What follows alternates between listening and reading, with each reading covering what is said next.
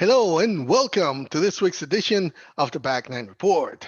Every week, my co-host Fred Altvater and I get together and check in on the world of golf to bring you the latest news, insights, analysis, interviews, recaps, previews, and we cover anything and everything golf. In other words, if it happened in golf, we have it for you.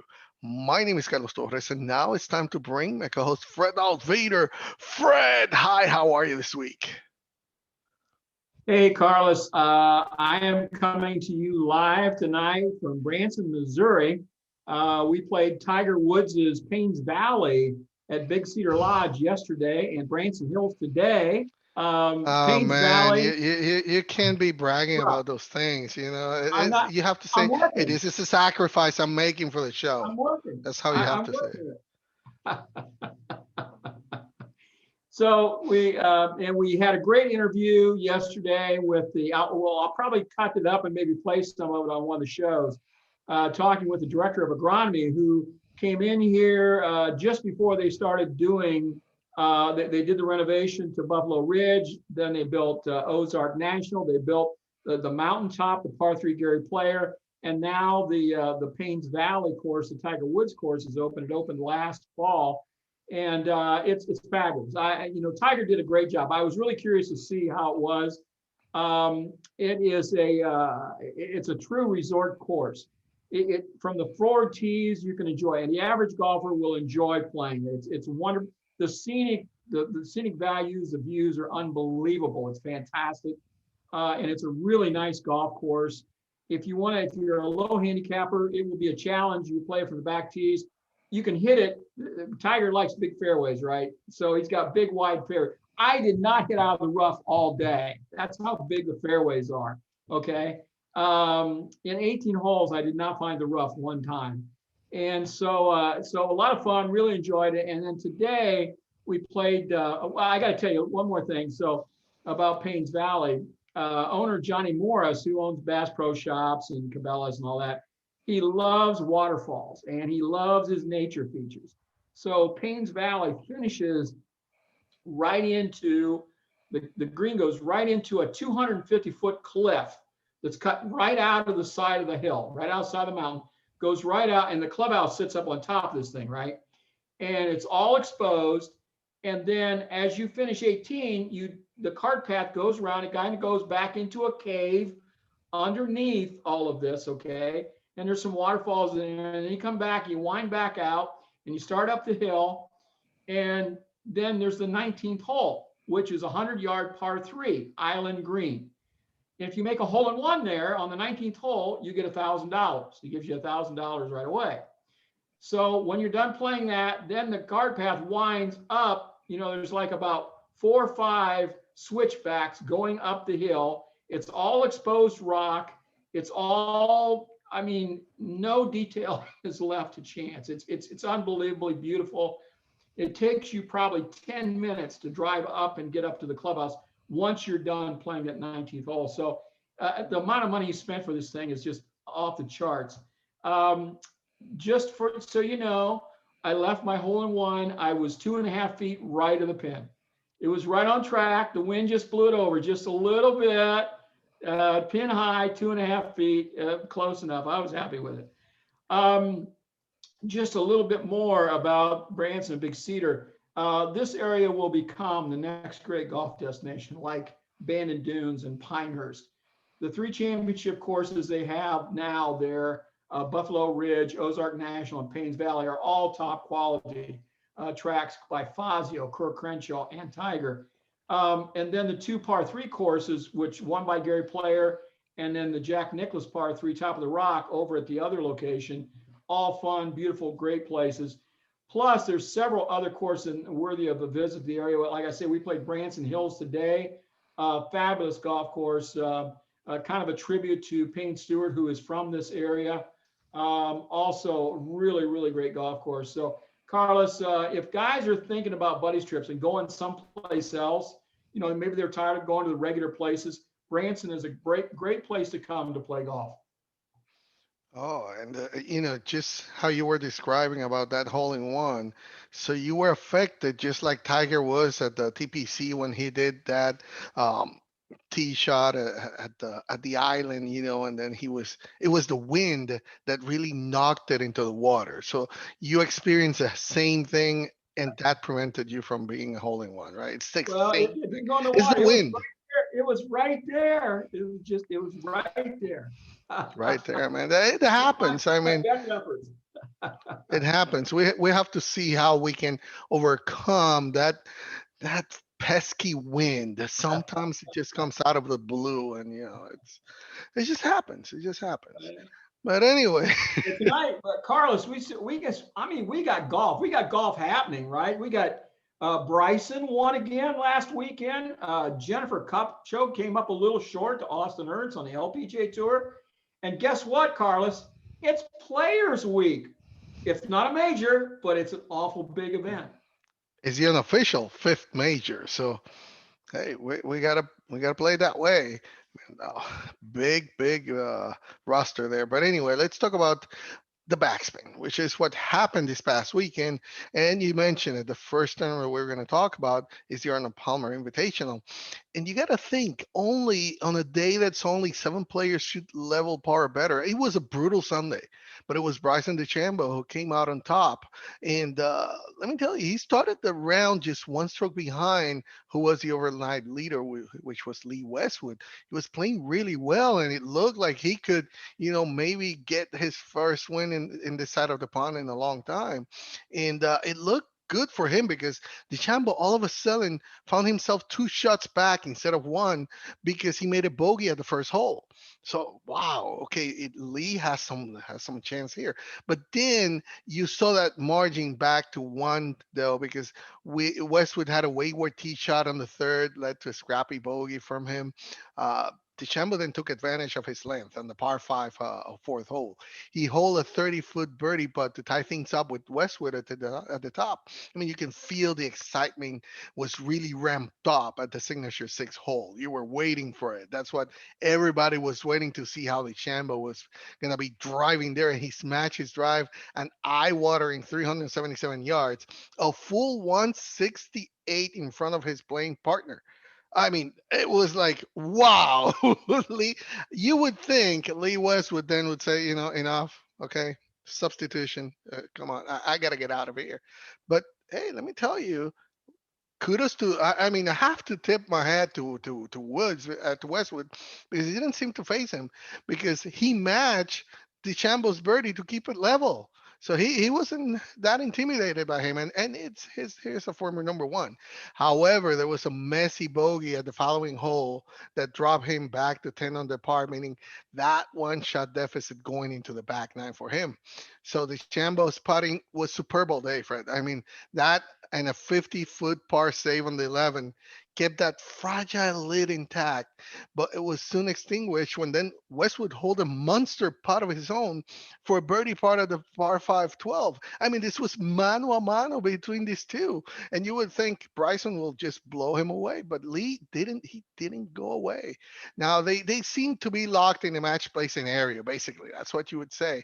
It was Westwood who clinched first, three putting from the edge of the green for a costly bogey at the 14. They exchanged pars at the next, but before Westwood then squandered a great birdie opportunity at 16. I thought he had it, but hey, man, that 6 foot putt just slide to the right of the hole, and oh man, I could feel it for him. It was like he let a big opportunity go. Then they both par the penultimate hole. The Shambo would take a one-shot lead up the last. Showed no nerves. I mean, he smashed his drive. Oof, big time center of the fairway, putting the pressure on Lee. Westwood refused to crack down. I mean, this was Fred. I don't know, but that final round between these two was really really good. He took with his drive in the middle of the fairway, but found a divot that hadn't been replaced. Oh man, he got unlucky there. Both found the green with their second shot, but it was the Chambo who did the 5 foot putt for his eighth PGA Tour title. So, Fred, I mean, after the round was over and the tournament was over, you could see DeChambeau was emotional because it meant a lot to win the API, because of Arnold Palmer. And of course, Tiger Woods had texted him. He said that Tiger Woods texted him in the morning and he was instrumental of this. So he fed off of that. But I got to tell you, I was impressed with Lee Westwood. Seems like he's really back and he's playing really, really well. I feel that he has some more wins coming pretty soon. Yeah, let's talk about Lee Westwood for a second. 47 years old, right? So the Champions Tour is not that far away. Um, Played really well. I really thought on Sunday it would be between Jordan and Rory. I really felt that they would move up. I just kind of discounted Bryson because he hasn't been playing that great lately. And I really didn't think Lee could sustain on Sunday. Was wrong on both accounts. Jordan and Rory both went backwards, and Lee and Bryson really excelled. Bryson, I thought played really well. I mean, he hit those bombs down there. The drive he hit on six, 370 yards. I mean, unbelievable across the water. Who would even think of doing that? Um, so you've got and all this week, and Tiger told Bryson, "You have to play boldly to win." That was Arnie's statement, right? No glory for second. Got to go for the win. So, couple things. With doing this well, of course, Lee gets a cool million, right, for second place. So not a bad consolation prize there. Also, I mean, this sets him up for the European Ryder Cup team in great shape. He's going to be on that team for sure. He's had such a great year in Europe over the last year. And this is just a continuation of that. So my question to you, Carlos, is with Lee playing this well, he doesn't have a major. Can he be in that Masters mix? Could he get his major at the Masters? You know what? That's a very good question because we've known that Lee has played very well at the Masters. He just hasn't won yet. I actually think he has a chance. I mean, Lee Westwood, whether you like him or not, there's one thing that he has as an intangible and he showed it here. He doesn't get intimidated by the big stage or by the big challenges because he was being outdriven and outplayed at some point by Bryson. I mean, it looked like he would have been blown away. Anybody, I think a lot of the people that would have been matched with Bryson in those circumstances after that 377-yard drive, I would have been like, yeah, that's it, enough, you got it. But he really fought well, and it was just until that final hole that he was defeated. And I think he's gonna do really, really well. Let's see how it goes now in the players, but really, I wouldn't count him out. He has played well before in Augusta, so he should be one of those that we have to look for to be at the tops of the leaderboard contending in the Masters. Um, Speaking of Jordan Spieth, he just continues his comeback, right? I mean, he's putting himself in position now, week after week. So once he's just not quite comfortable yet on Saturday and Sunday, but it's coming. You can see the more confidence all the time. I look for him to start winning anytime now, and I really have him doing well at the Players and at the Masters. I think Jordan is back now. He's really, really close to being back to where he was. We got, like I said, I really thought it'd come down to Rory and Jordan, but that didn't happen. My guy, Will Zalatoris, or your guy, you're the one that called on him a long time ago. T10 with Rory. Rory started Sunday on a couple back, ended up with a 76. So that's what drove him down. Hovland, 69-68 on Thursday and Friday. 77-78 on the weekend, T48. He felt like a rock, unusual for him. Ricky Fowler finally made a cut, was dead last though at plus 11. So he's still working some stuff out. Missed cut, Patrick Reed, Francisco Molinari, Justin Rose. the new rookie, John Augenstein, missed another cut. So he's still trying to figure it out yet. So, Carlos, it was really an interesting Arnold Palmer. I didn't see much of Thursday, Friday, Saturday, but I did see a lot of the Sunday coverage, especially watch the final group coming down the last 10, 11 holes. And it was very entertaining. Lee Westwood, really impressed with him. 47 years old. How much more has he got in the tank? I don't know, but he played really, really well last week. He did, and talking about Jordan Spieth, as you know, I have been in his wagon all the time under his this slump. I really think that win is just sooner rather than later. And unfortunately, it's been Sundays that has really get him in trouble because he has led 54 holes. He has been either close to the lead or leading and just hasn't closed yet. It's he's still I believe it's all up here. He just has to realize he doesn't have to push that hard to get that win. Just continue to do what you have been doing, and it's gonna get you to that win. And once it does, watch out, the floodgates are open. And that takes me to before we close this segment on the API, a question that I saw, because we talked about who could be the next Tiger, who could be this person that could lead and be the face of the PGA Tour after Tiger is done. Because we're going to talk about Phil Mickelson also in a little while, and his drop from the top of the rankings. And we kind of agree that if there would be somebody, but he needs to win more, would be Jordan Spieth.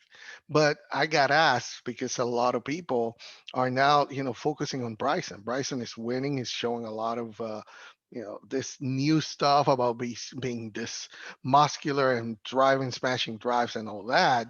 But still, he hasn't gotten the appeal that that would take him to the masses.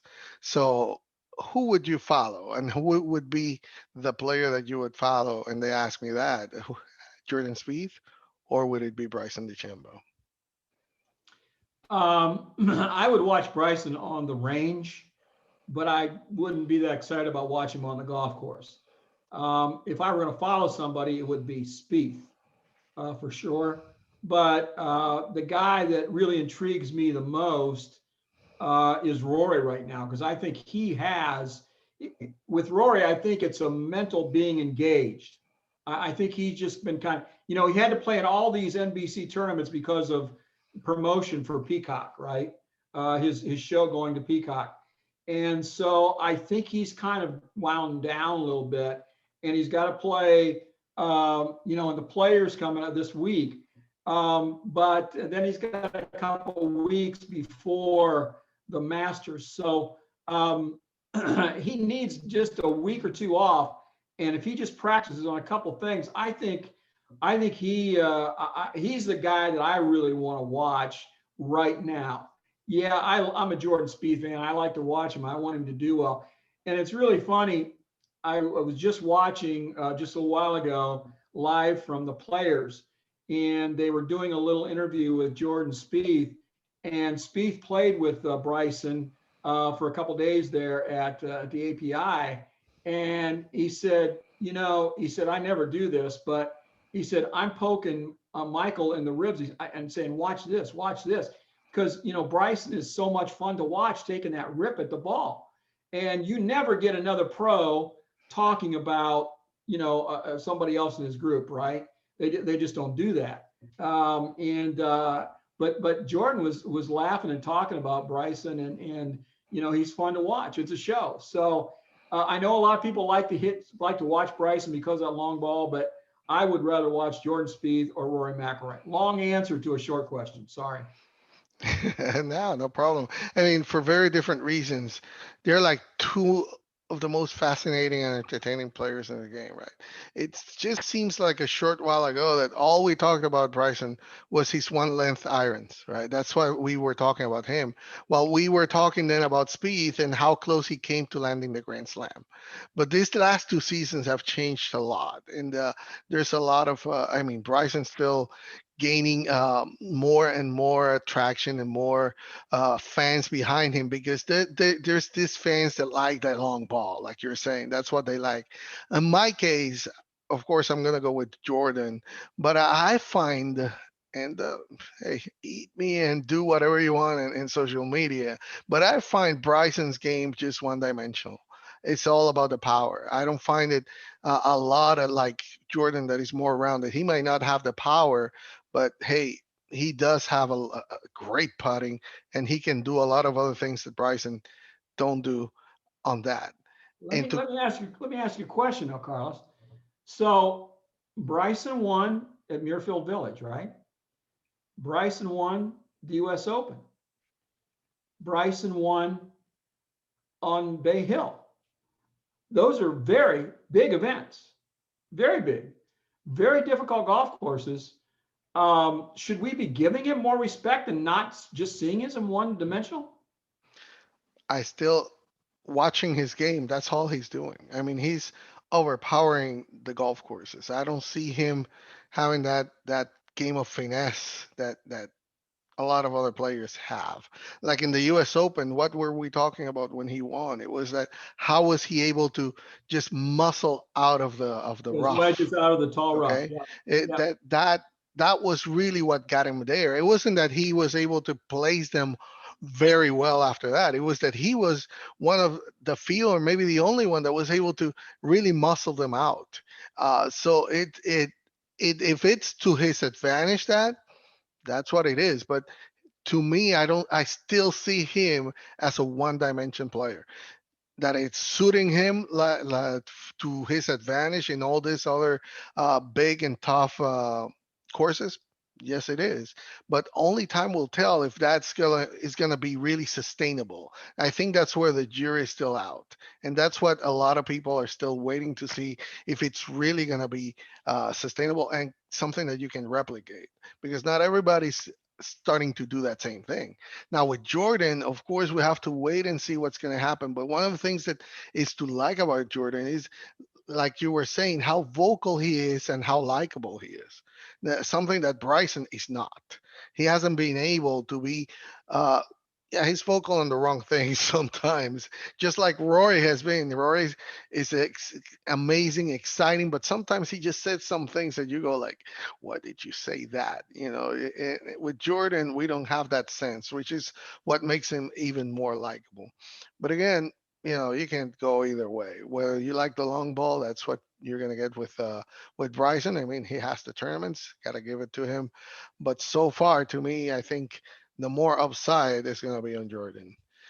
But anyway, anything else you want to add before we move on to talk about the ladies and what they did this past weekend? No, we covered more about that than I thought we would actually. So no, it was good. All right, so the 2021 LPGA Drive-On Championship was won by Austin Ernst. She won her third career LPGA win with a title at the Golden Ocala Golf Club in Ocala, Florida. She really dominated all week, and she then pulled away from the field on Sunday to earn a five-shot win and 15 under. Her final round of 2 under 70 was good enough to take the trophy with very ease. Jennifer Kupko, she finished in solo second and 10 under. Jenny Coleman was alone in third, 2 shots behind Jennifer.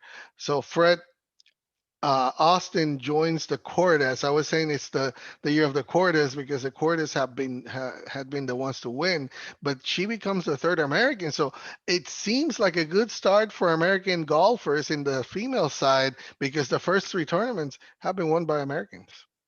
Yes, that is surprising, and all in Florida, and the Americans have shown up and playing very well. With this win, Ernst actually goes over $4 million in career earnings already. So who knew? I mean, I know she's played along pretty decent, but I didn't know she'd won that kind of money. It kind of took me by surprise. As you say, the 2 quarters and now Ernst have won the 3 events so far. I thought Jenny Coleman was really the big story of the week. Before this week, she had earned a total of $14,000 on the Sumatra Tour, right?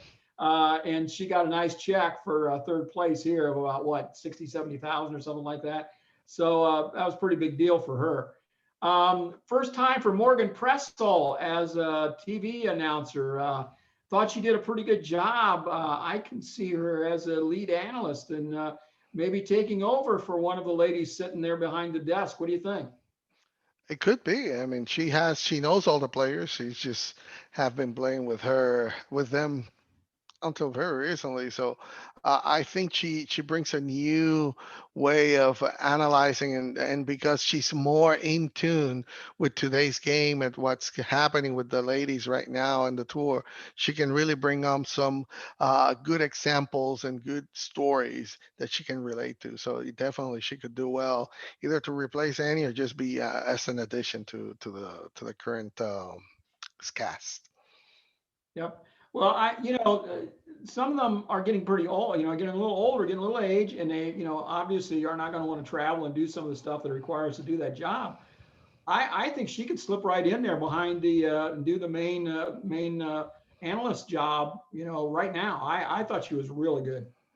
Oh, she was definitely, and I think she has what it takes, and we'll see. I mean, she's at the point in her career that she needs to start looking to see what's going to be her 2.0. So I definitely can see her stepping in. Now it's just up to the networks to see if they are going to take the leap on her or not.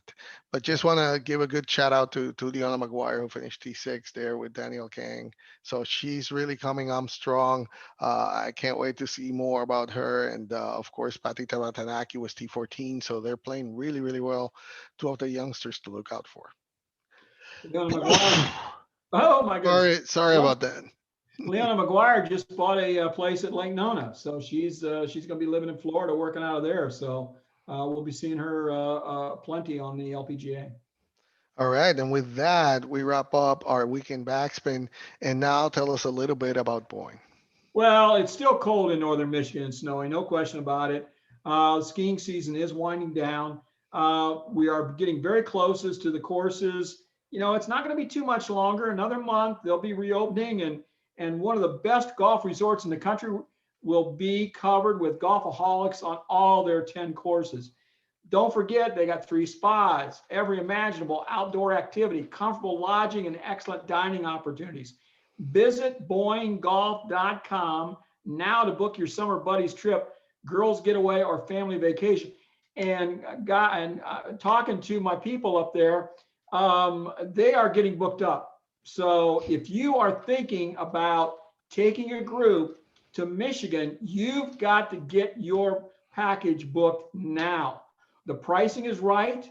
They're going to be filled up, folks, probably by the 1st of May. They're going to be booked up pretty much for the rest of the summer. So get your name in now if you think you want to go up there. BoyneGolf.com, BOYNE golf.com. Tell them Back Nine Report sent you. All right, and now let's get on the course, Fred, and let's talk about the latest in the Tiger Woods saga because that's what it's becoming. I mean, we're going to be talking about this until he's back on the course, basically, because there's going to be like weekly updates, something new is going to pop out. But right now, the latest that we have to talk about is that he has told, and this is interesting because he says that he told the authorities he doesn't remember the rollover crash that landing him in the hospital right now with metal rods and pins in his leg. So uh, he doesn't remember.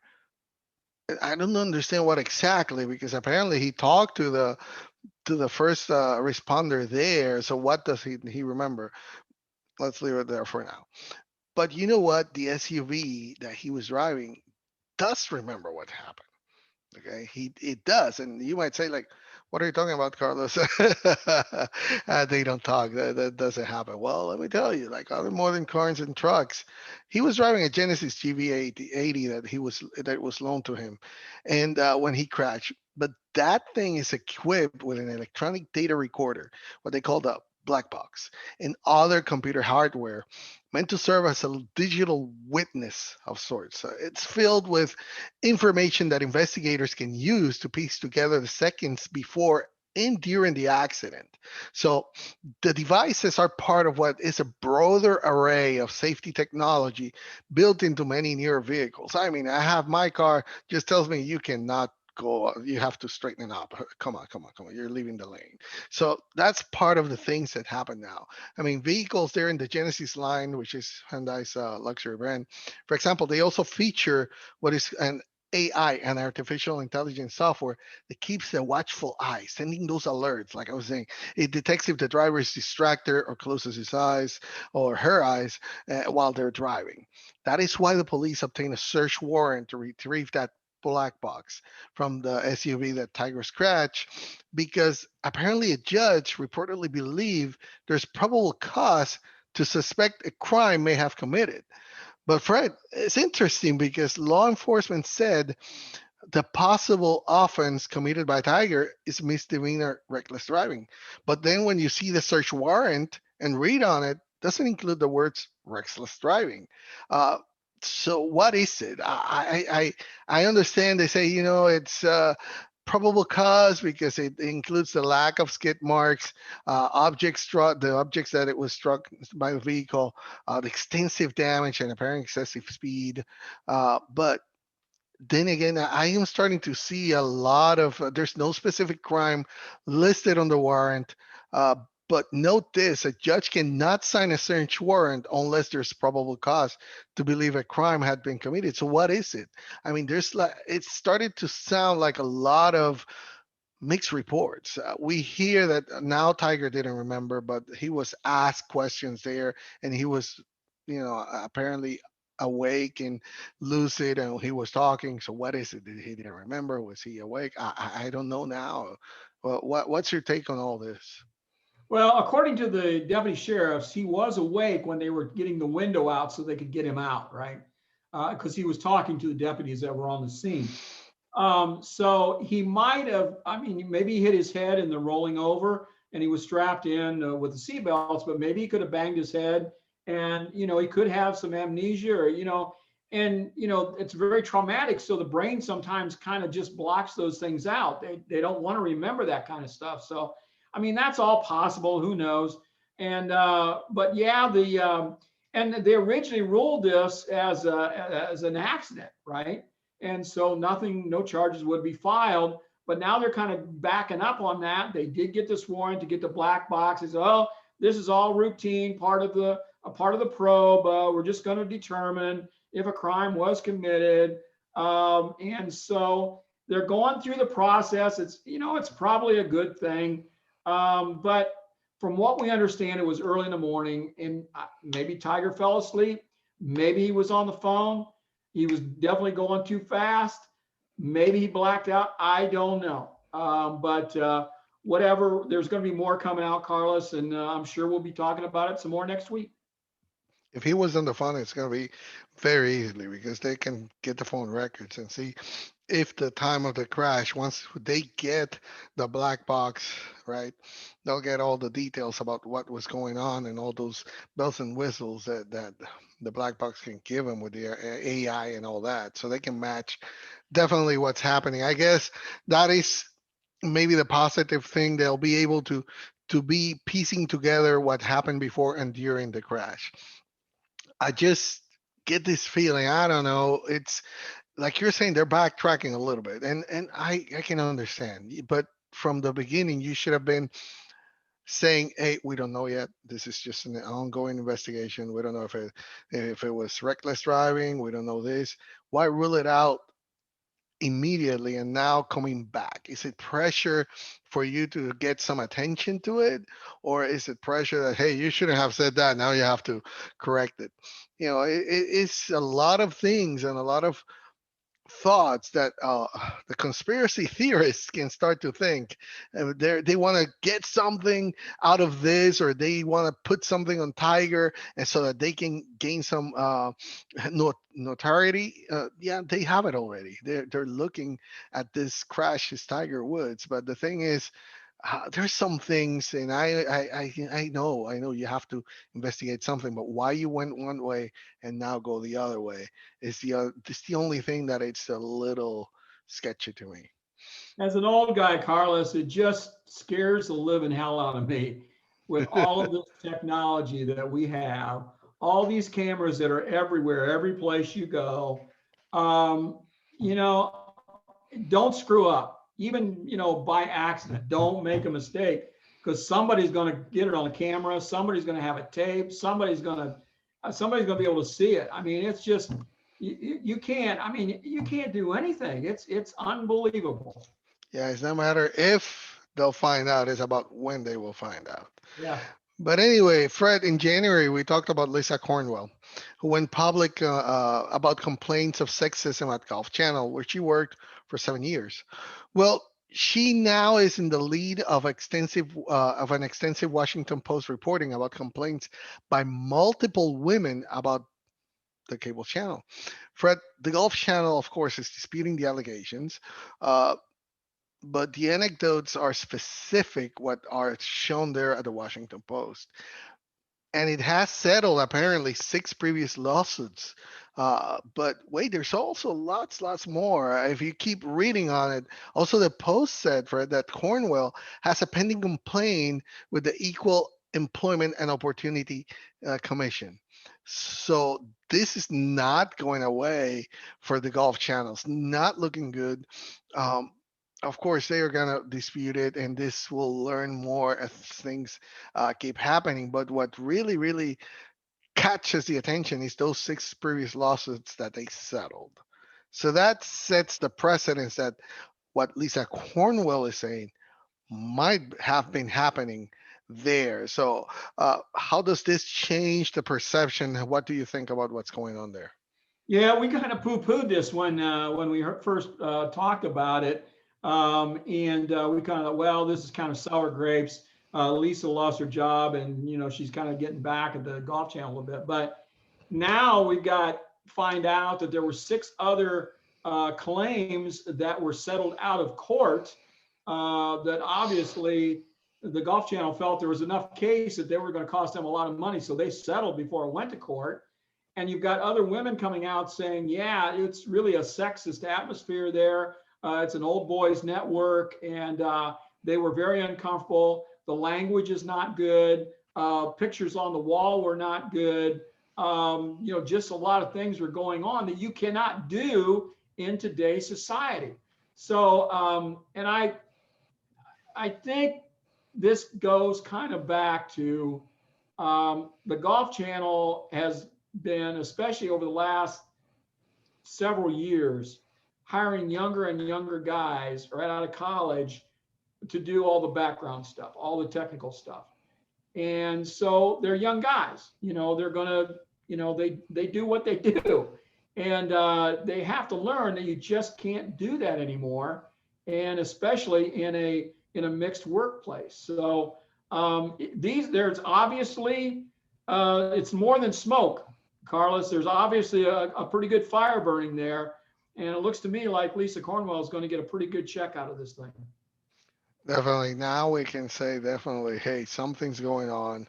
I I don't know. With those six previous lawsuits, if if the river is sounding, it means that there is something's carrying. So, of course, we'll learn more as this keeps popping out and getting more news on it. But definitely is not looking good for Golf Channel as it is right now.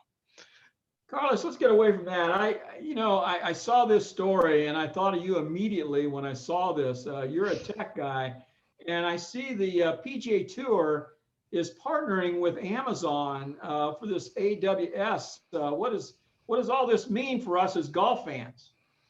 Well, let's first explain what happened, right? PGA Tour is headed to the cloud, right? That's like a buzzword. They announced that massive new partnership with Amazon Web Services. That's the AWS, and they're making it the official cloud provider. Those are buzzwords that are generally better left to marketing folks, right? The deal does mark a major shift on the tour's forward-facing entertainment product. What AWS is going to help them as power several innovations built to enhance the overall fan experience. Okay, they particularly among those that are going to be watching from home or participating on a second screen viewing experiences. Right. So the press release was saying that such improvements will help bolster television broadcast because they're going to be doing streaming services like PGA Tour Live, some server heavy over the top platforms like Tourcast and Every Shot Live. And when I mean server heavy over the top, is uh, for you to get that the power to transmit that live, you need big time servers, okay? And over the top means on the internet. So the Tourcast and Every Shot Live are going to come there. They're also going to do an archival site, which it's called a data lake. If you think about a lake, it's something that is peaceful, it stays the same all the time, right? And you're just adding data, and that is where the data is going to be residing. So that's going to be where they're going to have nearly a century's worth of footage, which will house in future all future live broadcasts. So it's going to be like a archival. Now, here's what happens. Uh, if you have seen before, AWS have already aligned with several major professional sports. They know what they're doing in similar partnerships to this one that they have done. If you're looking for a partner, I mean, the PGA Tour could do far worse than AWS. It doesn't mean this is the best, but it's, they are the subsidiary of the nation's second largest company. It's trusted with housing thousands of internet largest sites. If you have Netflix, you're seeing it from AWS. NASA storing there. Coca-Cola staying there. The CIA is there too. So AWS has really built a reputation among its partners that is called like the gold standard for providing large scale computing capacity. In many recent years, even the NHL just 2 weeks ago announced that. But to your question, how does exactly Amazon Web Services AWS is going to help the tour achieve those lofty goals that they're talking? If you have to value that, the true value of this partnership is not about one thing, but the sum of the parts that they're going to provide to the PGA Tour. It's not going to be one individual feature. When you go to the cloud, what you're meaning is the PGA Tour doesn't have to build a data center, which is going to be costly for them. Plus the maintenance that go with that, being the servers that they would have to have there, all the computing power, all the circuits, everything that they have to ensure. Because one thing is to build a big data center, you can build it, but what AWS has multiple data centers in many places across the globe. So if one goes down, they can just move to the other one. If the PGA Tour were going to have to do that, it would be millions and millions of dollars that it would cost them. So it's easier for you to just strike a deal with somebody that already have all those servers and the computing power to present those programs and those broadcasts that they have. It really represents something simpler than the bells and whistles that I'm talking about. It's the PGA Tour is positioning itself for success with what is right now. We have talked about this, right? Here is a shifting audience in the digital age. It's not the same way that people are watching. You need to have your mobile devices. You have to you're watching from your computer.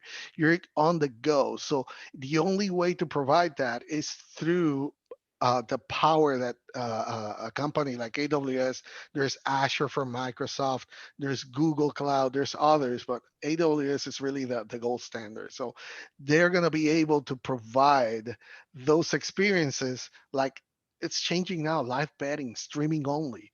That's a partnership that the tour will be able to take advantage and bring the new breadth of new technology possible to this new watching people that we have. Well, I got to tell you, as an old guy, this is our, second week of traveling. And yesterday was the first time we turned on a television. We've been watching everything on the computer through YouTube TV, right? So, because the stuff we want to watch, Netflix, YouTube TV, Prime, it's there. We can go watch it whenever we want to. And when you're traveling, you got to watch the TV at the right time to see it. We're at home, we hardly watch anything live. Everything is already taped, and we fast forward through the commercials. So we're doing more and more, Carlos, and it's really an advantage. It's much easier to do using this stuff, and it takes a lot of bandwidth. It takes a lot of space. It takes a lot of technology to get all this stuff done. Um, I'm sure it's a good deal for the PGA Tour. You sold me. Well, it's if you see there has been other pro sports leagues that are really going against this. I'm not against with this, either AWS or any other. Like YouTube, like you're saying, YouTube TV. Well, YouTube is from Google, so they're in the Google Cloud as well. So it's just a way for them to be able to focus on what they any company that goes to the cloud, which is that buzzword that everybody's using, is really allowing themselves to focus on what they do best and just let the technology be taken care by the big guys that know how to do that. So that's just about what this is, but definitely is the PGA Tour getting updated with the times, which is the shift to a digital uh, type of broadcasting. So they're there. That's what that simply means. But Fred, the PGA Tour not only is moving to IWS, they are also, um, talking about having tequila. They announced a marketing agreement with Maestro Double Tequila, and is inviting fans at the Players Championship to slam a shot or two at the TPC Sawgrass Players Stadium course. What is this?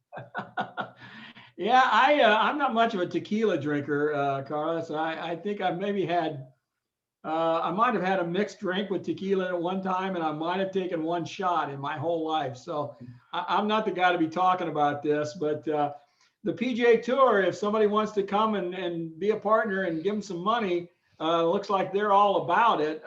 Tequila is just one more thing. I thought it was kind of interesting. I thought we ought to mention it on the show, but yeah, I don't know, Carlos. I'm not much of a tequila drinker, but I'm sure some people out there are really going to like it. Of course, the heavy drinkers will be because to drink a tequila. They're gonna even provide the lime and the salt. There you go. Okay, Way to go. it's incredible. And Maestro Dobel is a company that is apparently by Juan Dobel, which is an 11th generation tequila maker from Jalisco, Mexico. So he has strayed a little bit from the traditional production methods, but still remains somewhat tied to his family's 250 history of making tequila. So they are going to introduce this new flavor called Diamante Tea Time, which is Diamond Tea Time, at the hospitality and concession venues there at the Players Championship. So I guess a way to attract some more people to go there and just have some good time. I don't know. I don't drink tequila anyway, so good luck to those there. So Fred, we have been talking about Tiger Woods and what's next after all this. Will he be back? But if not, it would be the last that we have seen. And now we see maybe the second best player of that generation, which is Phil Mickelson. For 30 years, you can say that he was a mainstay in the upper echelon of the official world golf rankings. He won his first PGA Tour event in Tucson, Arizona in 1991 as an amateur. Started his pro career already among the elite. But on Monday, however, he slipped out of the top 100 official world golf rankings for the first time in 28 years. All told, he spent 1,425 consecutive weeks in the top 100. Based on the official World Golf Ranking follower and projection wizard at VC606, he first landed in the official top 100 in August 22 of 1993, landing at 65th. He began that year in 145, but this week he's 101st, Fred, in the world ranking. We have talked about his struggles since last February when he finished sole third as a defending champion at the AT&T Pebble Beach program. I guess you cannot count his success on the Champions Tour. That's a different tour. His last top 10 finish was in August of last year. Finished runner up, WGC FedEx St. Jude, Fred, but he's really struggling. And age, he's not getting any younger. And I have we seen him for the last time inside the top 100? Yeah, I would say so. I don't see him getting back into the top 100. Yeah, I mean, he could come back out. Knowing Phil, he could go back out and win a tournament sometime and maybe jump back up into the 80s or something. But he'll fall right back down. He won't be able to maintain it. The other thing, we documented this. You talk about, turning pro in '93. He had what was it? 1,300 weeks in the top 50. I mean, 26 years. 26 years in the top 50. Now he's fallen out of the top 100, which was another few weeks. But he's gone through, stuff happens off the golf course over that period of time. You have he went through the thing with Billy Walters, right? He's had gambling problems that has affected him. He's had to deal with his arthritis issues. He's had breast cancer scares with both his mother and his wife. And oh yeah, he still managed to attend his kids' high school activities, tend to his family, and do those kind of things. He hasn't had any real major health issues except for the thoracic arthritis. But Phil's just had an unbelievably valuable, long career.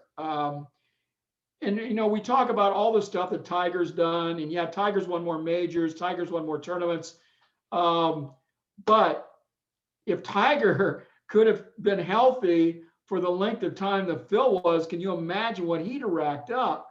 But Phil, with his long career, it's just been amazing.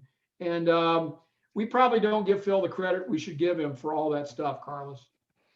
We don't, and there's also, Phil is Phil, but whether people like him or not, you have to respect the game that he had, and the things that he did, the difference that he made, the going for the pin all the time, taking the chances, things that not anybody else does, and he has given us a lot of great times going back in golf, and it's sad at some point, whether you like it or not, he has been an icon in golf. It's just like what you're saying. He was on the wrong time. He was in the Tiger Woods era. If Tiger Woods wouldn't have existed, maybe we would be talking about Phil as maybe the one that would have been the one. Phil had a tremendously better career than Arnold Palmer, right? And Yeah. Phil's charismatic. People love him, but Phil was behind Tiger his whole career. Right. And that's what it is. I mean, we'll remember him as maybe the second best in this era, in Tiger Woods era. Let's put it that way. But hey, I totally agree with you. I think it's going to be very difficult for him. Maybe he will be back in the top 100 if he gets a good stretch, but it's just he hasn't been able to do it. And again, he's not getting any younger. I know he tried last year, the year before, to try to get more distance out of his shots. That's a sign that he knows things are not the same for him. Things are not the same. He was trying to just compensate for the weaknesses that he's seeing on his game.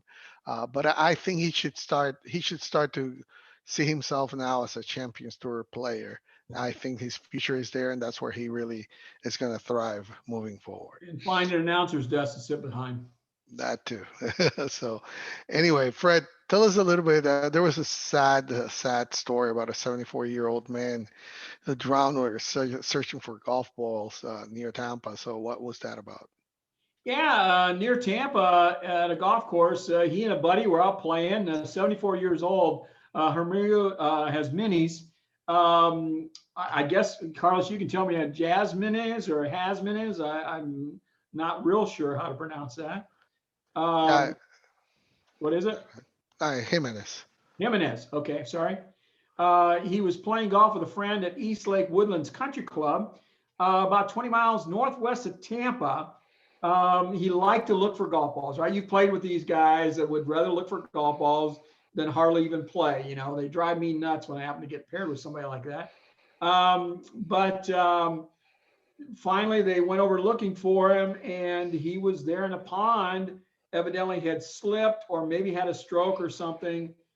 Fell face first into the pond, and he was drowned, and he was deceased right there. So, moral of the story here, Carlos: don't go near the water. Besides that, there's alligators in there and snakes and stuff, especially in Tampa. Stay away from the water. Don't go in there. It's just a golf ball. Go get another one out of your bag. Yeah, I wouldn't even think about that. If I see a ball in the water, it's dead to me. Doesn't exist anymore. I'll bring in 2 boxes if needed, but it's no way. Not even. I I mean, it's funny because I mean, not about what happened to him, but talking about we see this videos about the players, right? When they see alligators or yeah, near the water, right? And I remember seeing last year Webb Simpson, and I don't remember which was the other player, but it was the same hole that was just near the water, and this alligator was there. And you see Webb Simpson just walking by, and he just goes and pats him in the back, and the alligator went running. I was like, "Are you crazy? I know. What are you doing?" I know. Then the other player, I really don't remember. I have to search for it, but Billy Horschel did it one time. yeah, but this other player was walking the same way, and he sees the same alligator, and he just starts running the other way. That's what I would have done. Same thing. Hey, bye. That's your area. I am not going near you anywhere. So Yeah. yeah, no, no way, no way. But When I play in the Carolinas, all down that East Coast, from the Carolinas south, if the ball goes over by the water, it's gone. I it's don't. gone. I just say my byes. Okay, Yeah, bye bye. exactly. It's not happening.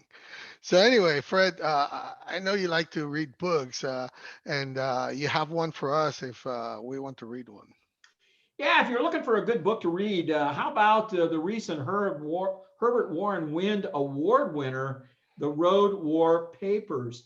The USGA gives out this award, and it just awarded St. Andrews the Road War Papers by Roger Mastravik as the recipient for 2020. Um, this is about the, uh, the the road hall and stuff at St. Andrews. So I guess it stirred up quite a row there in St. Andrews about what they were doing with that hole and all that kind of stuff. So anyhow, if you're looking for a book to read, Herbert Warren Wind Award winner about St. Andrews, the Road War Papers. May want to give it a read, Carlos. All right, and with that, we wrap up our pieces of news. And now let's talk about what's going to happen this weekend. And there's the forecall. We're going to tell you the previews about what's going on. And we have one big tournament coming on. And Fred, it hits home, right? Because it was just 1 year ago when you come to the players that all this lockdown and this pandemic really started to creep in because the PGA Tour had to cancel the tournament after the first round due to the coronavirus. I mean, they ushered a 3.5 month hiatus in the PGA Tour competition. We as fans, experienced that drought until they finally came back, and now we're all the way back. Fans, not all the way back, but at least fans will be allowed at 20% of capacity this year. What that is, I still don't know the number, but anyways, 20%. The field is It's going to about 8 to 10,000. well, I mean, you still could get more. But anyway, the field is going to be nice as usual. It includes 48 of the top 50 players in the official World Golf Rankings. Uh, Danny Willett's not going to be here. He withdrew on Tuesday following a positive COVID-19 test. And Brooks Koepka withdrew on Sunday due to a knee injury. And again, that's very, very sad to hear. This is We a keep different talking. knee. This is a Yep. different knee too than what he had. Which is the thing that brings me to what we'll talk about it, but it's tough because we know that happens when you're trying to force more on a knee because Well, we'll talk about Brooks in a minute. But anyway, he's not going to be here. Will Zalatoris, he's still leading the Corn Ferry Tours in points. He has been talking about him. He rose all the way to 46th in the world. He will make his debut in this event. And since 2000, more than half of the event's winners have been international players, but no defending champion has ever won the player. So Roy McIlroy is effectively the defending champion, and he's seeking his first successful title defense in 12 attempts on the PGA Tour. Tiger Woods said in 2013 he's the only player that entered the players leading the FedEx Cup standings and win the event. Who's leading right now? That is Bryson DeChambeau. So we're going to be seeing what's going to happen there. So Fred, that is the highlight of the players. What do you have for us on it? Well, I mean, you called it the fifth major. We talk about this every year. The Genesis and the WGC, they both had very good fields, right? A month or so ago. But this is the strongest and the best field that we have seen in 2021, and it is every year. Only the best of the best are here.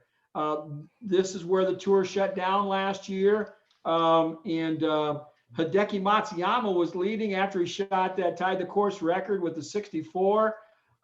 Every player that teed it up last year in the first round got 52 grand as tournament officials paid out a half of the $15 million purse that they had set aside. Like the Masters, the players is played on the same course every year, but the field here is much, much better than we ever see at Augusta National. No amateurs. Only the best pros from all over the world are invited. Talked about Koepka strained his right knee now, so he's out. We've got, let's see, let me move down here so I don't talk anymore about Koepka. Both Pete and Alice Dye are gone now, but their masterpiece, the TPC Sawgrass Stadium course, lives on. When the wind blows and the course is firm, it's a beast. But Carlos, it really doesn't seem to favor any one player, whether a long hitter, short hitter. However, really good iron players who are having a good week with their irons seem to do well here. I think it's a second shot golf course. If you keep it in play and you can get that iron on the green in a place where you can make putts, that's the guys that win this thing. First time in the field, Scott Harrington, Bo Hoag, my guy, Bo Hoag. He's going to make it one of these days. Matthew Nesmith, Henrik Norlander, Will Zalatoris. I got to tell you, I have a friend who does like a DraftKings things. I don't know what format he's using, but he does a draft every week, like 6 players. And he asked me for some help once in a while. And I've been riding that Will Zalatoris name. I've been giving it to him every week, man. He's been making money on Will Zalatoris, let me tell you. Cameron Davis, Doug Gim, Harry Higgs, a guy that's a lot of fun to watch. Tyler McCumber, who is Mark McCumber's son. Robbie Shelton, Tom Lewis, Robert McIntyre, the left-hander from Scotland, Kieran's guy. Mav McNeely, who's been following. Daniel Kang, significant other.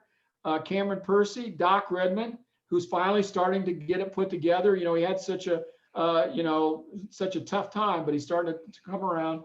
And then the Jing Zhang. So unlike most PGA Tour events, and we're going to talk about favorites a little bit, pretty much everyone in this field has a chance to win. They're all tournament tested. They all know what they're doing. So if they don't get overtaken by the moment, if they can keep playing their game, every player in this field has a game to win this thing. Let's see. With the purse and the prestige of winning, with the players, the cream normally rises to the top. Very seldom. We've had a few anomalies. Siwoo Kim won in 2017, Tim Clark back in 2010, and Craig Pertz back in 2002. But the big names that have won here, Jack, Lee Trevino, Fred Couples, Nick Price, Greg Norman, Tiger, Adam Scott, Ricky, Rory, those guys, the big names always seem to end up at the top of the leaderboard on Sunday. And so, again, I mentioned it just doesn't seem to favor long hitters or short hitters per se. But really, it's the guys who are striking the irons well. That's the guy you got to watch, Carlos. So if you come to think about that, let's talk a little bit about Brooks Koepka that's not going to be here. And the reason why is because, like you mentioned, before we go to the players, really, uh, it's worth mentioning about Brooks because it's his other knee. And that is something worrisome because he seemed to have, he said, hey, I'm feeling as best as it could be, but then all of a sudden we see him now withdrawing from the players of all tournaments, which is a big time tournament, the unofficial fifth major. Is the tournament he would look forward to be playing and trying to win. So what does this mean for Brooks now? I mean, it's really a bad luck, or is this something that we're going to be seeing from him happening? I'm worried that I think it could become something. I think he's going to have to take some more time than he has taken to really make sure that both knees or anything else that he has is really good before he really starts playing again. When you're messing with knees, it's really shoulders and knees. Those are a problem for golfers. Knees are very fragile. Okay, yeah, you can go in and you can do surgery and you can scrape them and you can clean up the ligaments and tendons and all that stuff. Brooks is a big guy. I mean, he is strong, right? He puts a lot of torque on those legs, on those knees. Walking up and down the hills, all that walking that you do on a golf course as a professional golfer, all those balls you hit puts a lot of stress on those knees. And especially the way the guys dip down now and fly up. They're using those knees as a piston, really snapping those things up. So it puts a lot of torque, a lot of pressure on them. So we saw Brooks and he was really down. He said, with all the stuff he did through the left knee, he didn't know whether he was going to be able to play again. And now he was just starting to get back into it, really playing well, being competitive, being up at the top of leaderboards, winning. I thought, okay, Brooks is back. He's a real factor now for the Masters, right? Now he's got this. He may be done for, 2, 3, 4 months. And this is getting right into the heart of the season again. We got, the players, the Masters, the U.S. Open, all coming up here, the PGA, and all this big stuff. And now he's sitting out again. So it's an issue, and I think he's got to be concerned. He's going to have to get surgery, going to have to do whatever he has to do to get the knee right. And then he's going to have to rehab it, Carlos. So who knows how bad it is, but whether we see him or not in the Masters, that's yet to be decided. Definitely. And how about the pairings that we're going to be seeing here? There's some really nice pairings to look forward to that are going to be taking a lot of attention on those first 36 holes. We know that we're not going to be seeing Roy McIlroy is like the defending champion. Everybody's waiting for him to see if he's going to win. But hey, nobody's really has ever defended the championship to win it, to defend the championship successfully.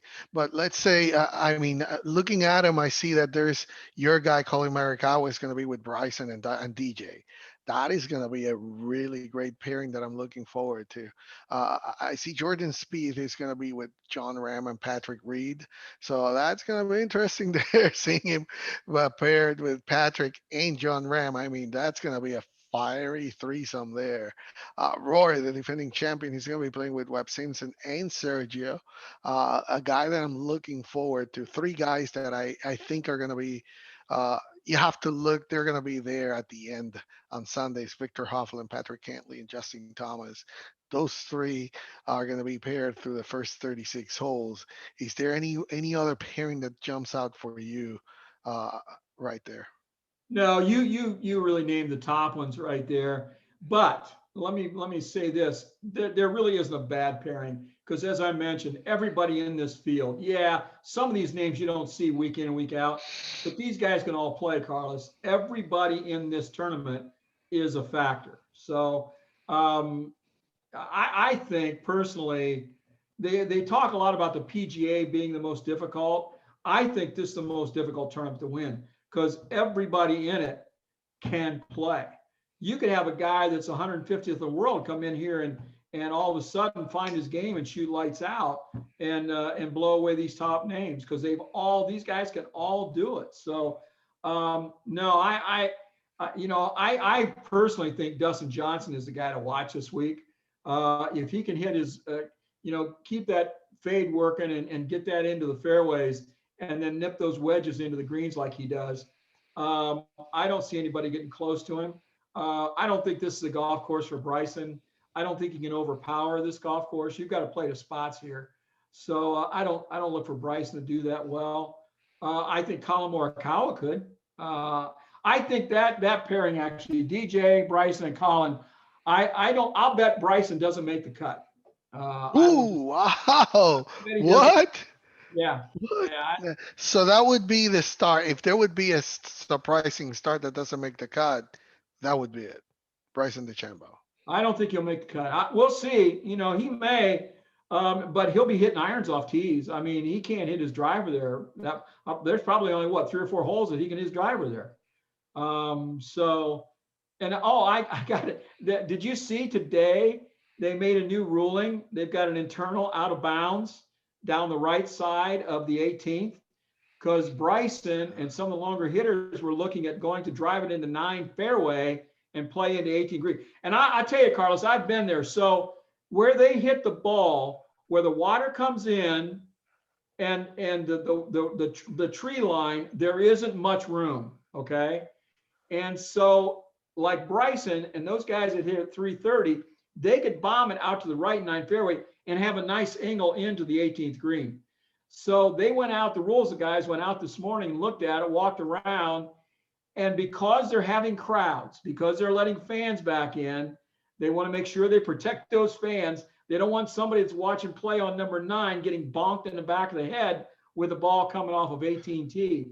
And so they put an internal out of bounds all the way down the right side of those trees between number 18 and number 9. So I thought that was kind of funny that they did that today. So there's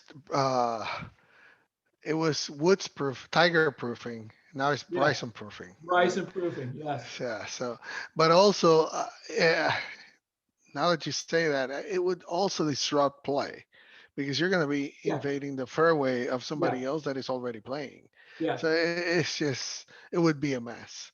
But anyway, I know you said that everybody can win, but if you're going to pick some players and pick as many as you want and talk about them, who you see them as the top contenders here this week? I really got to go to, I looked at 3 things. One is the betting odds, right? Who the bettors think is good. I looked at the World Golf rankings, and I looked at the FedEx Cup rankings. So your guy Bryson is leading the FedEx Cup, right? And I already ruled him out. If Patrick Cantlay can get his putter to work at all, from tee to green, there's nobody any better than him, right? Kind of the same thing with Colin Morikawa. Now we saw Colin putt really well and win. And if he can keep that kind of putting going, this is the kind of golf course for him as well. You mentioned Victor Hovland. I like him a lot. Xander Schauffele, this is a perfect kind of golf course for him. And above all that, I really like Dustin Johnson. I think he's just on a mission to prove that he is the best and nobody's any better. So those are kind of, if you look at the FedEx Cup ranking, those are the guys that have been playing the best since we turned the calendar, since we started on the fall season. If you look at the betting, and that some of this just, comes from people that have a soft spot in their heart and they want to bet for somebody. Johnson, DJ leads the betting. Bryce is second. Rory is third. Then it's kind of a gap down to Rahm, JT, Xander, and Hovland, Morikawa, Webb, Cantlay, Finau, Spieth, and then Reed. Spieth still, he's getting people betting for him because of this run he's been on over the last 6-7 weeks. And then if you look at the World Golf ranking, Dustin, Rahm, JT, Morikawa, Xander, Bryson, Hatton is in there, which, he could win this thing. I mean, we saw him have a really good week a few weeks ago. Patrick Reed, Cantlay, Webb, and Rory. But I will go back and look at the top of that FedEx Cup ranking, Carlos, and say Dustin Johnson is in there, Patrick Cantley, Hovland, Morikawa, and DJ. Those are my guys. All right, so I like that, and I think DJ is definitely, when you have DJ in the field, you have to go for it anyway. You have to name him as one of the top contenders. But I'm a betting guy, so I have to. That's what is called the shock. You have to go away from the heavy favorite. You have to produce something because otherwise, I mean, everybody's going to be betting on that one. I got to pick Patrick Cantley. I mean, Patrick Cantley, just like Xander Schauffele as well, they have no holes in their games. And last year, he did a 67 and then got the thing canceled. I mean, I think he's ready to really put it out there. And you're talking about iron players, and he's a great iron player and an all-around player. I'm waiting for him to break through. I think this is the one that can happen for him this time. Another player, and I know this is sounds blasphemous because he is on fire. His game is working everywhere, but he's not winning. He's doing everything but hoisting trophies. But I'm gonna tell you, this would be a very final finish if he wins it. Okay, he's top five Tony. He's on fire. He would be a good bet. He, Tony he, he Finau could would be a good bet. he definitely could be, and I think he's ready.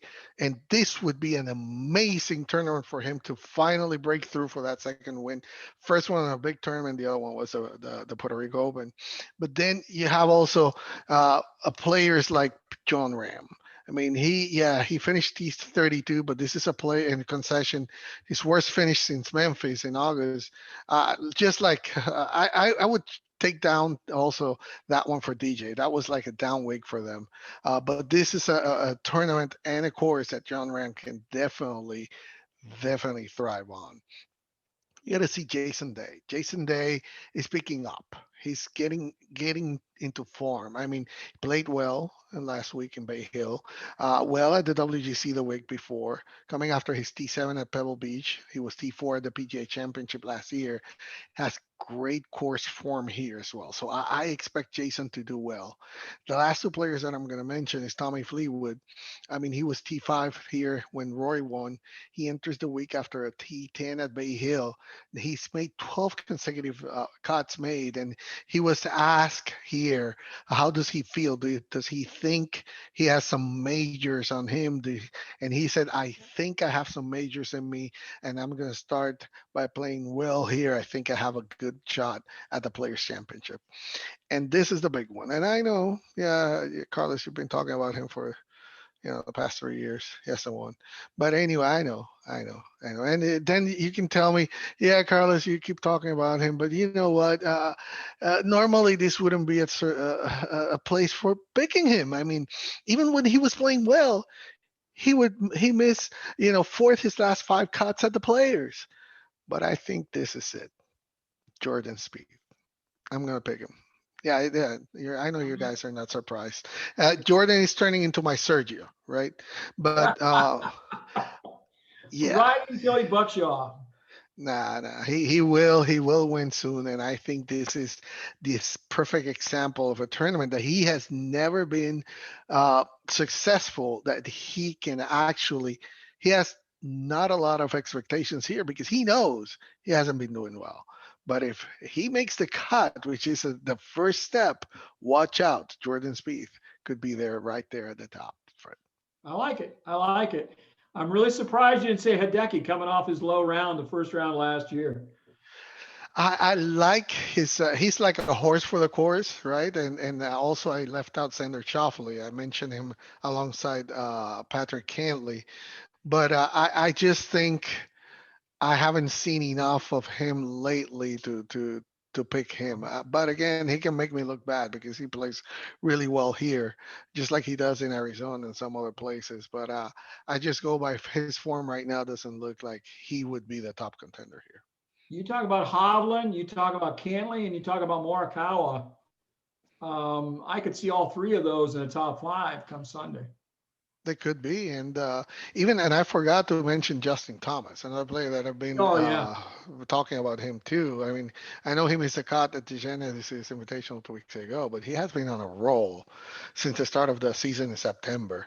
He finished no worse than 15 at any event that he had played, and three top fives already. So I would chalk that off to maybe he's still trying to get himself together after Yep. the controversy that happened. I think And the he's death of had his and the death of his grandfather. yeah, that too. But the thing is that I think right now the way for him, he's like falling off the radar, right? I think he was even 20 to 1 to win, which is outrageous for a guy like Justin Yeah. Thomas. Yeah. So he could really do well. I mean, this is the time of the year where he teases you in believing, he's going to be a good pick to win the Masters, and he usually does well. So who knows? Maybe his 14th PGA Tour win, and first since last August will be here. So we'll see. We'll see. Yep. So anyway, anything else on the players before you tell us about what you have coming up on YouTube real soon? No, just a couple things real quick. I don't know if you saw or not the tweet from Nick Faldo about Ricky Fowler currently not being exempt into the Masters. And so Nick said if Ricky doesn't make it into the Masters, that will give him time to shoot 6 more commercials. I don't know if that was motivational or just cruel. Nick said he might be a little jealous of Ricky getting all that commercial money. Carlos, tomorrow, Wednesday, the March issue of Ohio Golf Journal is coming out. Got some great stuff in there. Also, I've got 3 new videos up on YouTube, Back Nine Report TV on YouTube and on Roku. We've got talking about Dub's Dread down in Florida at Orlando, the Winter Park 9, and also I did a little Masters thing, a special edition for the Masters, and we've got those up. Those are also in the you can get the links in the Ohio Golf Journal when it comes out tomorrow. So watch for that, Carlos. All right. Well, Back Niners, that will wrap up another week of the Back Nine Report. Thank you for joining us. It's always our pleasure to bring you the latest on the world of golf. Don't forget to see us again next week on YouTube, or if you miss it, you can check the audio version also on TuneIn. Now, if you haven't done so, what are you waiting for? You have to do it right now. Go after this. Go to Twitter, follow us. Our ID is at Back Nine Report with the number 9. Watch it. Now here, but number 9 in the middle, just like that. Hey, my name is Carlos Torres, along with Fred Altvater. We wish you to be happy, be blessed, and enjoy the great game of golf. Happy golfing, everybody. We want to see you on the Back Nine.